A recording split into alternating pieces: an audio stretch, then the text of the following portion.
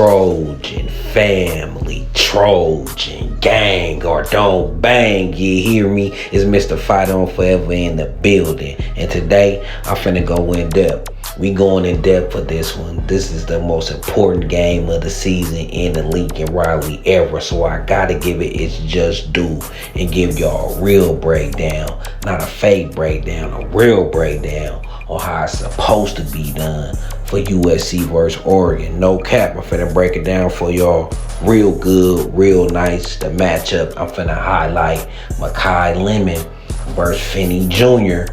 up there at Oregon.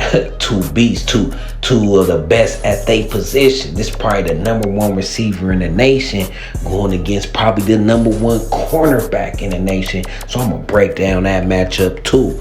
So grab y'all a drink or something, get comfy, because we about to walk through every angle, offense, defense, key players, energy, and injuries, right? And man, the stakes is high, so let's get into it. So the first thing I want to highlight, we're going to start on the USC side. Right?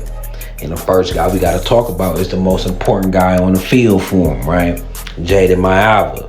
Now this dude, he the engine for USC. And he not just a pocket passer. Y'all know he's mobile. He extend plays. He buys time when pressure comes. You know, he has roughly 2,868 passing yards, 18 touchdowns, and only 6 interceptions this season. He's accurate on time and routes. He make big throws under pressure, and when the pocket collapses, he can use his legs to create something positive. If USC want to hang with Oregon for sure, Maiava's gonna have to be at his best. And for Maiava to be at his best, his playmakers gotta eat. And one of his favorite playmakers is Makai Lemon, right? He's probably the best wide receiver in the country, no doubt. This is somebody Jayden Maiava can depend on and often depends on, right? He's one of the most dynamic receivers in the country. Through 10 games this season, he got like 71 catches, 1,090 yards, 8 touchdowns, averaging about 15.4 yards reception. He can take short throws, turn them into explosive plays, and contributes on the ground and return game.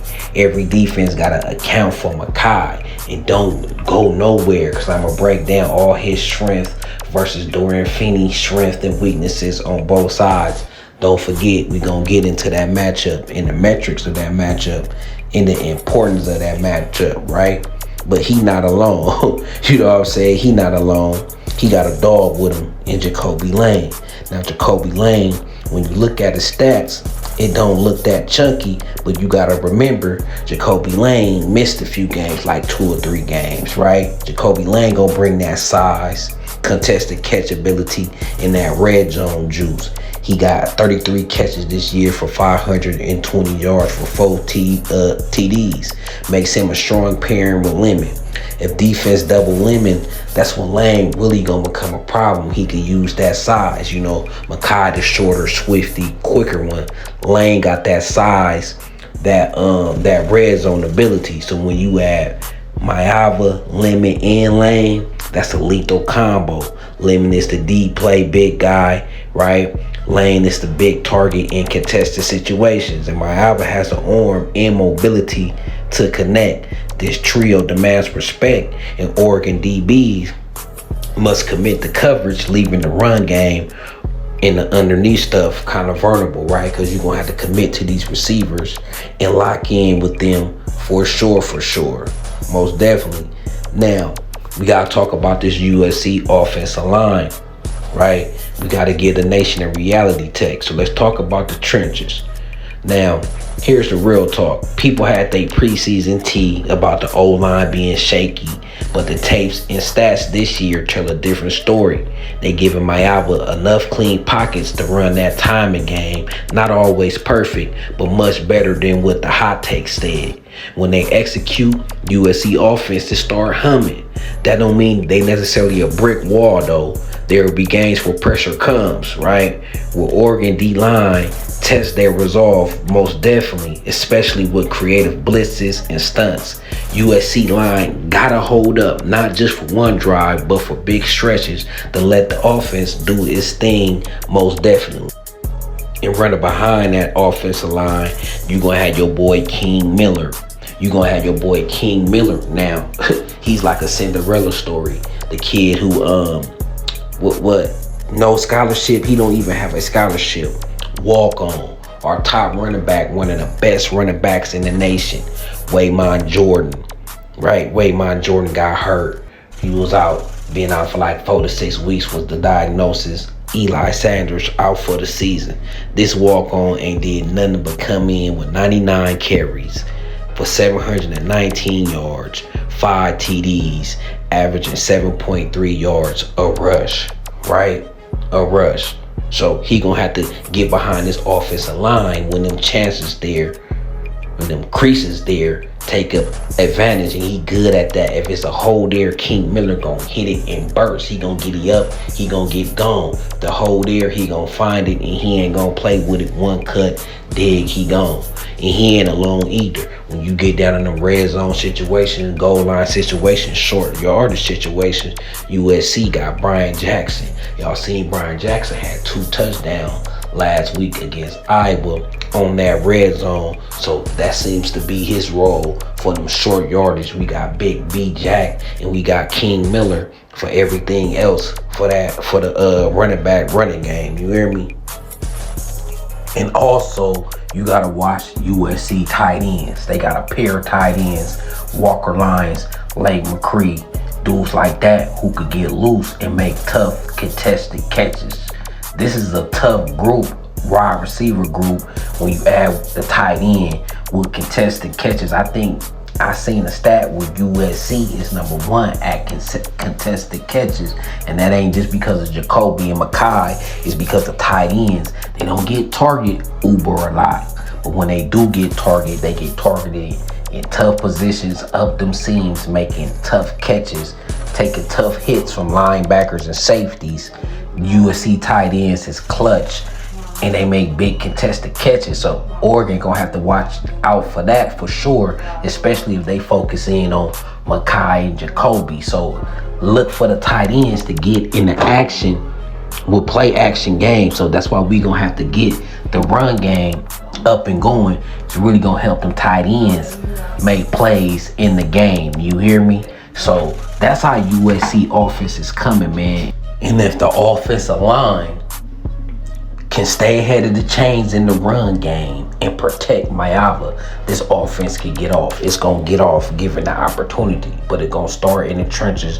That offensive line is going to have to be consistent, especially against a dominant Oregon line. They got 21 sacks so far this season.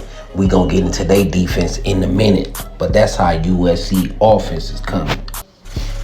Now, taking a look at USC defense, we got to start with the defensive front. Now, coming into this season, we heard all the hype about the defensive line. Now it's being kind of rocky. It's kind of being up and down. They had their moments, like the Iowa game and the Michigan game, where it seemed like they took that step up to the next level. And then you had games like Notre Dame and Illinois, where they wasn't living up to the bar. And even this Iowa game, the first half, they struggled. They made a complete turnaround. So the defensive front is going to have to play like they played against Michigan and like they played in the second half against Oregon in that great offensive line they got. On that defensive front, we got Devon Tompkins. He's a massive presence at defensive tackle. He doing the dirty work. He's one of them players though that ain't being consistent. We need him to be consistent. They was getting washed. He was getting washed the first half. The second half, he did his thing, right? Then you got alongside him GD Abasari. I think he probably the most consistent defensive lineman, but he struggles. He shares the same struggles that his brothers have with consistency on that defensive line. And on the edges, you got Cam Fountain and you got Cam Crawford, and you got Anthony Lucas and Braylon Shelby, a trio that's gonna try to have to get after it, and Oregon gonna have to watch them, because given opportunity, when USC defense stays ahead of the sticks, Anthony Lucas, Cam Fountain, Braylon Shelby, Jakeem Stewart, dudes like that can actually get pressure when they given the opportunity in time. But it starts with the run game. They gonna have to get TFLs. They gonna have to play for all four quarters, right? And according to the stat numbers, Cam Crawford, he got 3.5 sacks. Shelby, he got 3.5. Lucas, he got 3. Devon Tompkins, he got 3. Eric Gentry, he got 3. So it's a balanced defense attack when it comes to getting to that quarterback. And it's going to be key for USC defensive line to bring it for all 4 quarters. So the rotation is going to be huge. USC can't afford to wear down their defensive linemen, because if Oregon starts getting the push, they'll run behind it. They'll run and keep running. So keep a steady rotation going to keep the defensive line fresh. Also mix up the pressures, some down line calls, but also some drops, some stunts, some switches. Landing offense will challenge USC with things like play action and misdirection. So USC defense has to be disciplined, not overcommit to the edge, maintain lane integrity, and not give up second level yards. We gotta have gap integrity. We gotta power through and break the block instead of just try to run around the block and get pushed out the gap. Take on the block with force, power, then hit it with speed for those in the interior. That's going to be key. Right now, it's some key injuries we have to look at as well. It's some key injuries. Now, I don't know the status of Kamari and Fitzgerald, but I hope they could play, because we gonna need them. I heard Fitzgerald injury look a little bit more serious than Kamari, but we gonna need them because Oregon gonna test our passing game. I'm finna get into Oregon in a minute, so those who here for the Oregon Scouting Report too, I'ma get into Oregon. This is a USC channel, but we gonna break it down. I'm a USC fan, but we gonna break it down, and we gonna break Oregon down too and what they do well, right? So we gotta stay fresh. Hopefully we can have our DBs in there, because they is gonna test our passing game. That's why it's gonna be important for the defensive line to play great all 4 quarters, because playing great, we'll be able to stay ahead of the sticks, and there won't be a lot of third and shorts. We can get some third and longs and let our defensive end get aggressive and pin their ears back. That's going to be critical for this USC defense, playing all 4 quarters a complete game. And they got a chance if USC defense play a complete game all 4 quarters. The defensive linemen do what they got to do. Stick to the gap integrities, maintain lane discipline, do all the techniques in the right thing, and play with that effort and not get pushed around.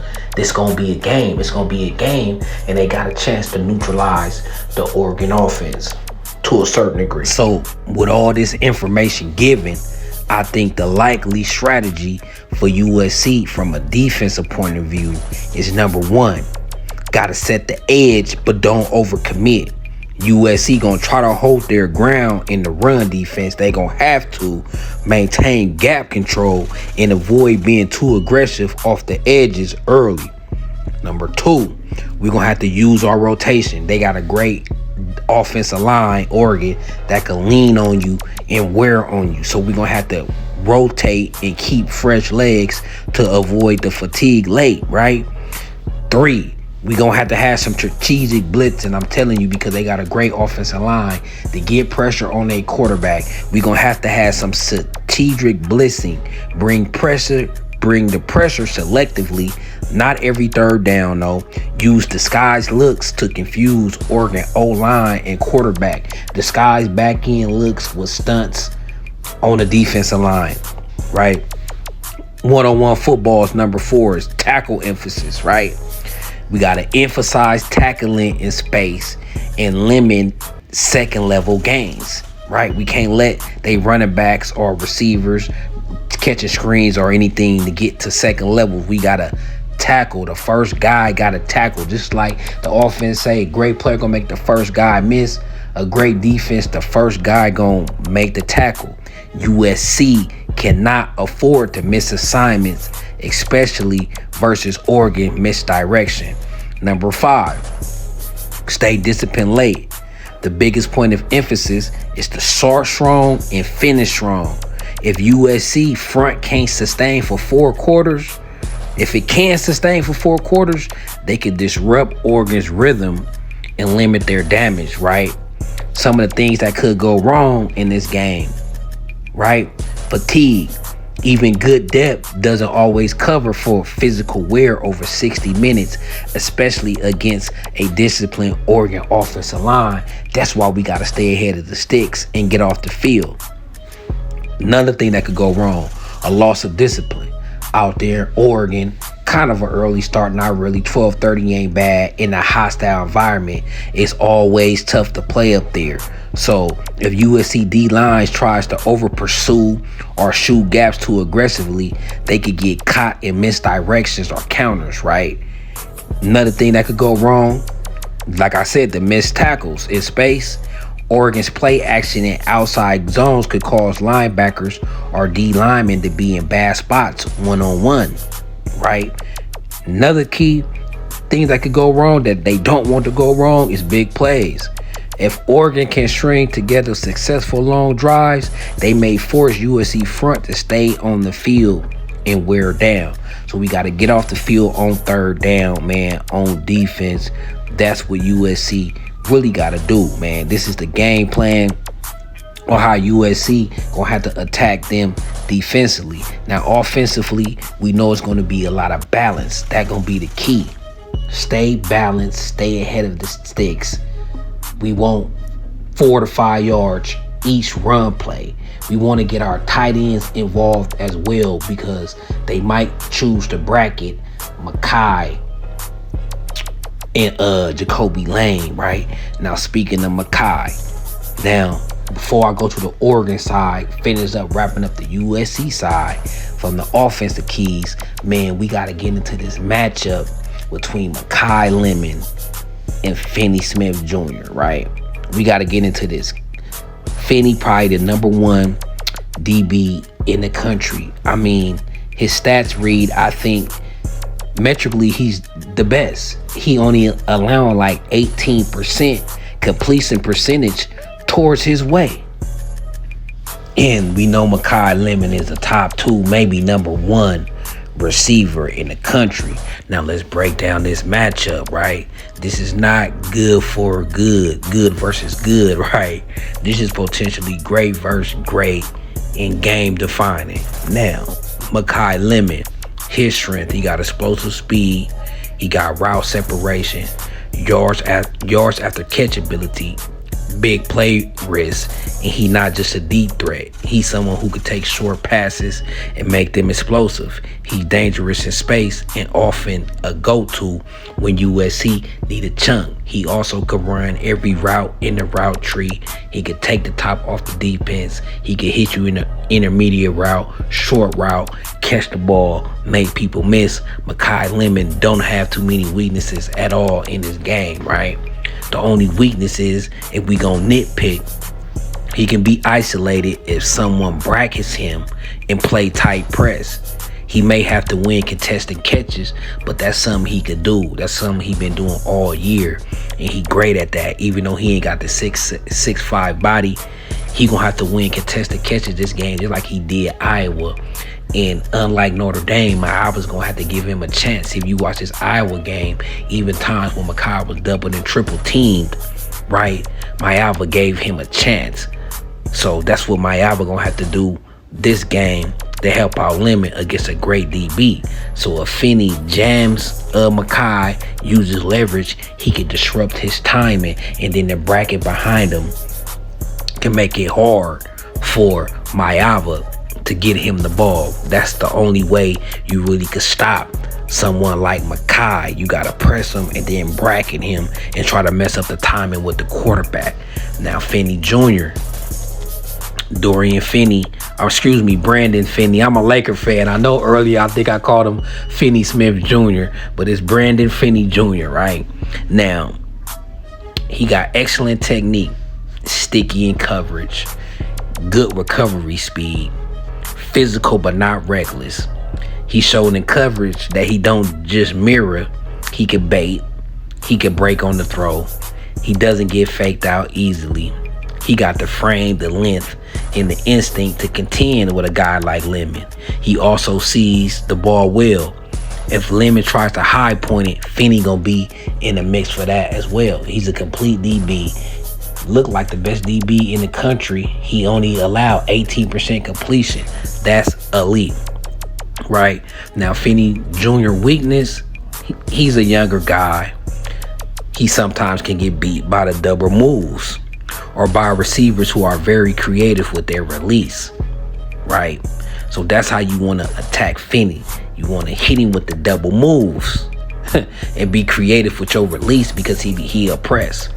He takes a bad angle. If he takes a bad angle or if Lemon gets initial separation, he has to work harder. Also, if Oregon safety help is slow or miscommunicates, Leakin can't exploit that. So his weakness, double moves, receivers with great releases. So how USC might exploit this matchup?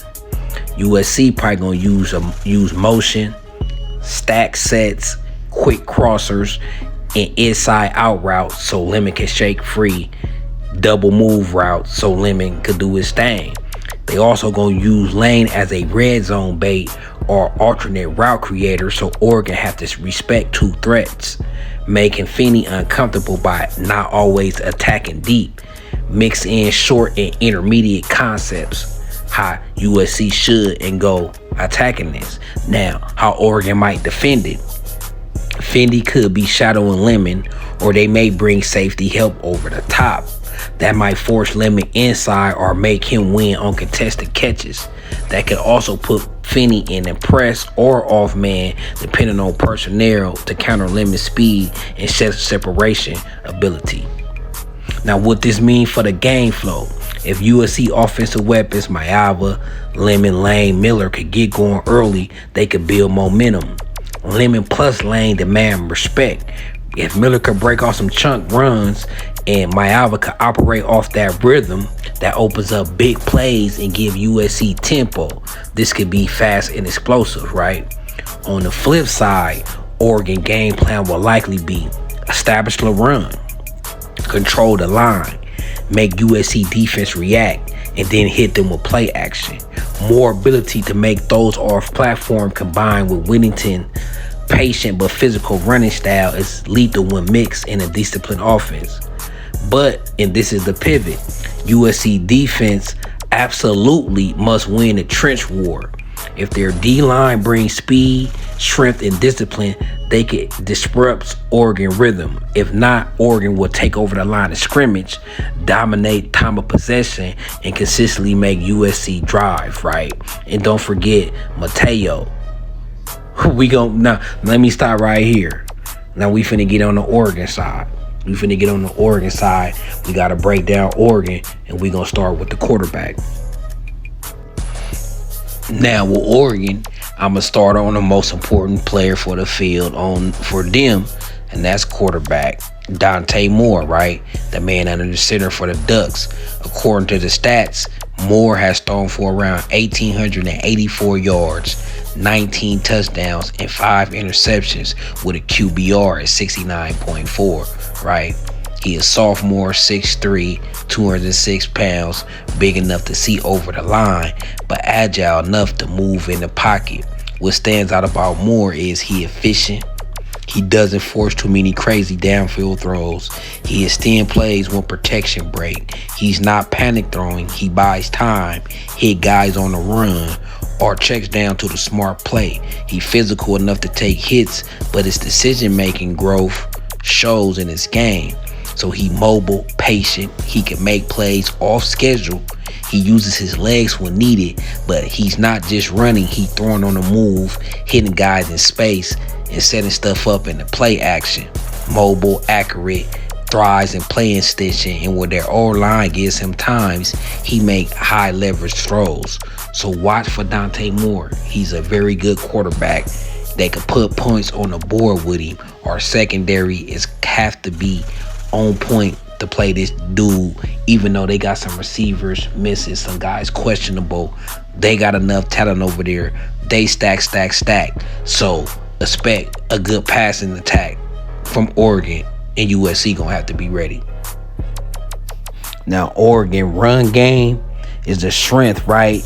They got zone scheme running backs who create explosive plays with outside zone and inside power mix.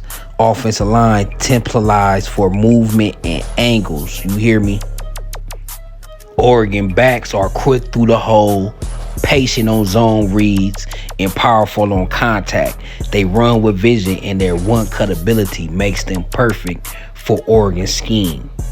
In the head of that running attack is Noah Whittington, 5'8", 200-pound running back out of Fort Valley, Georgia.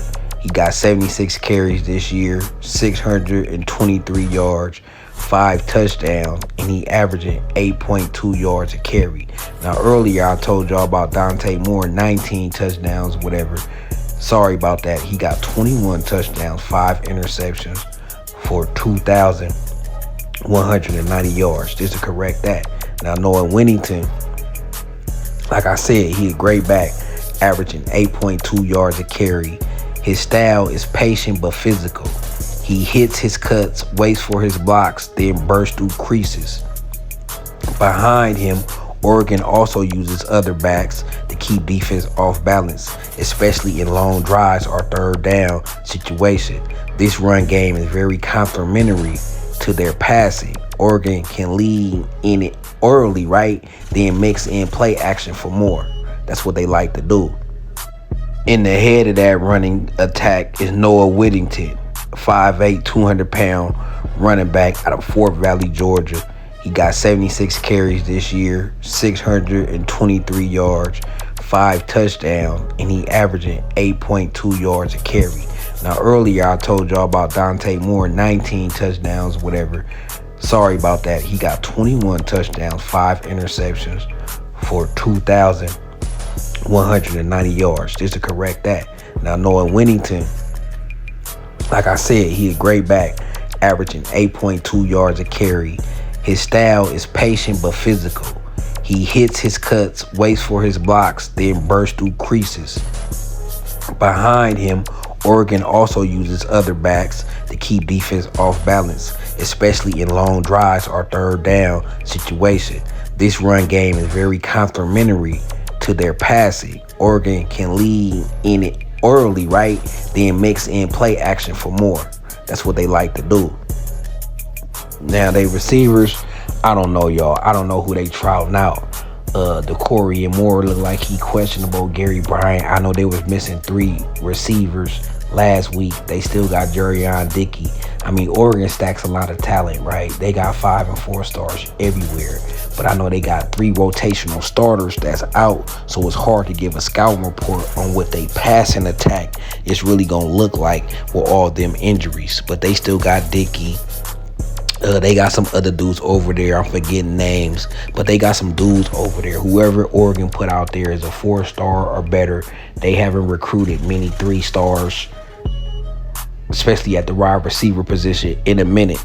So our DBs, we been having growth pains this year, so it's gonna be a challenge for us regardless of who they put out there, just because the challenges we had in the DBs, even though we getting better, the soft coverages we use, I feel like they wide receivers still could be a problem. I mean, if he gets passing time with that offensive line be as great as they been all season, and they running the ball, they passing game is gonna be in effect too with play action. It ain't gonna matter who they got out there. Now, on the defensive side of the ball, Oregon defensive weapons is Mateo. We know last year, I think he led the nation in sacks last year. This year he got 4, right? He got 4 sacks. He got 5 tackles for loss. showing he's not just rushing, but he also making plays in the backfield, right? And he got a teammate. I'm gonna just call him TT because I don't want to butcher his last name. He got a teammate. Mateo got a teammate that's leading the team with 5.5 sacks, right? And they total numbers like 21 sacks. So Oregon got a great defense, got a pass rush, got a front four, got guys that could get after the quarterback.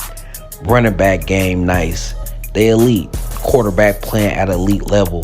So watch Oregon's offensive line and they run game, setting up their pass game. And on defense, they're going to try to get after us in the trenches. They're going to have to get at us in the trenches. So USC going to have to get after Moore, right? Just like Mateo's going to have to get at Maiava.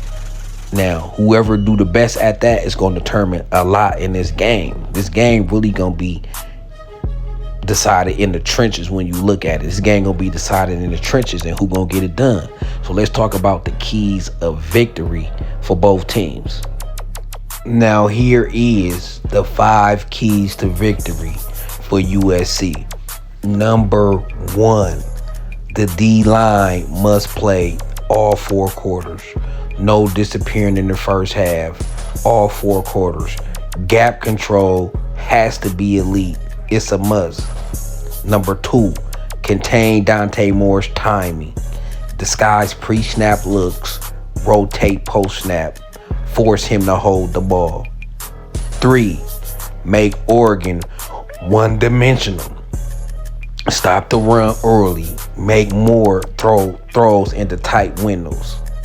Makai Lemon must dominate the Finney matchup, right? Makai Lemon needs to have a big game for this offense to succeed. USC need explosive plays. Lemon must win one-on-one isolations, right? And he got to win contested because I have a feeling they're going to try to double and bracket him. That's when we're going to have to throw to him even when he's open and let his great ball skill make the play. 5, we got to win the red zone battle. We have to win the red zone battle. Hold Oregon to field goals. Score touchdowns. That's simple math, but that's going to be a deciding factor in this game. And another deciding factor, a bonus one, is USC has to be ahead of the sticks on offense and defense. Stay ahead of the sticks on offense. Stay ahead of the sticks on defense. It's a must. Now, the 5 keys to victory for Oregon. 1, establish the run. Make USC D-line defend horizontally and vertically and challenge their gap discipline. 2, protect Moore. If Moore has a rhythm and he's protected, USC got a slim chance of none of slowing down this Oregon offense. Got to get to Moore, and the easiest way to get to him is stay ahead of the sticks, like I was saying.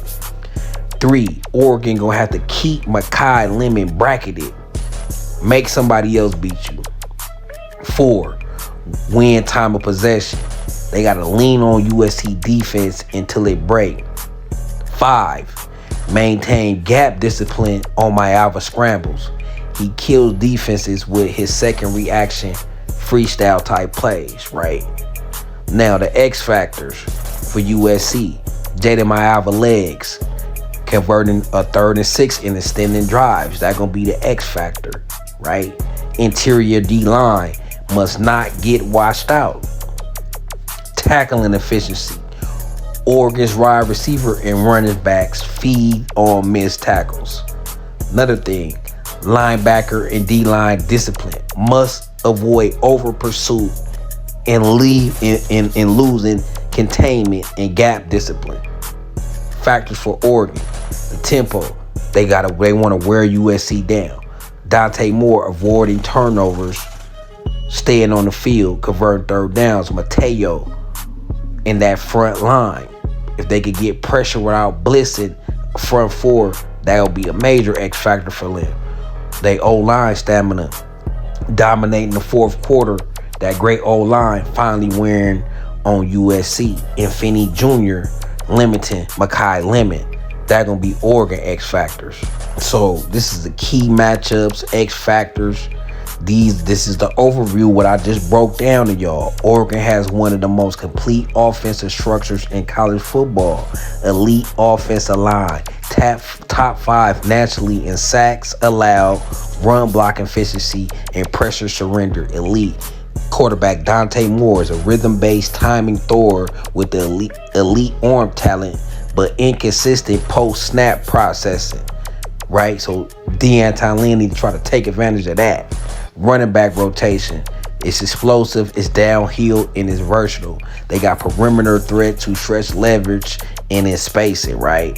USC defense is improved but inconsistent, especially up front. Their ability to compete depends on trench discipline, being able to sustain performance for 4 quarters, preventing Oregon's tempo from breaking their structure, disguises coveraging to confuse Dante Moore. He struggled with post-snap processing, right? If USC plays well for 2.5 quarters, then collapse late, Oregon will punish them. Oregon offense is designed to lean on you all game and pull away late. So we need all 4 quarters. USC defense, what they gonna try to bring is speed on the perimeter, right? Improve tackling efficiency in space. Better communication in the back 7 compared to last season. A defensive line with flashes of disruption in the run and pass game. Strong safety play in quarters and match coverages, but our safeties is injured, so let's see what the backups gonna do. Defensive weaknesses for SC, consistency on that defensive line, gap integrity, collapses late in games, over pursuing in zone run fit, inside linebacker depth, struggle with high tempo and high motion offenses.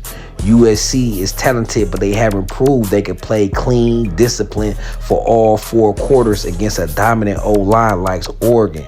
Oregon offense is bringing one of the best O-lines in the Big Ten. Elite run scheme diversity, inside zone, dual counters, pin pulls, RPO game. Dante Moore's arm talent, running backs that can gas, undisciplined fronts, right?